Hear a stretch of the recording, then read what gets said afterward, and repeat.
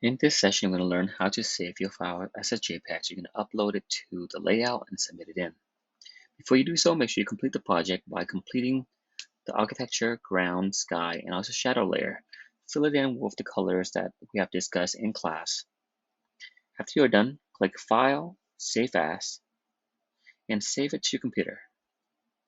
Things you should change will be changing the file name to project1 underscore and your name.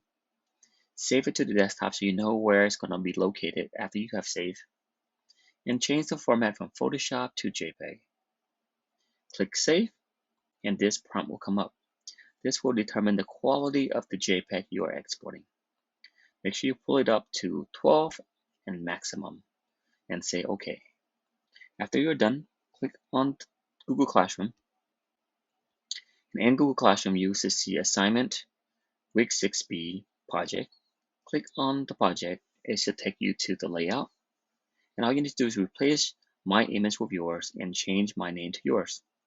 To do so, click on the image, and up on top you see Replace Image.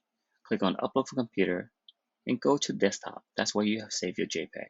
The important thing to note when you find your file, it should be named project1 underscore your name. Make sure you're uploading the JPEG file and not the PSD file.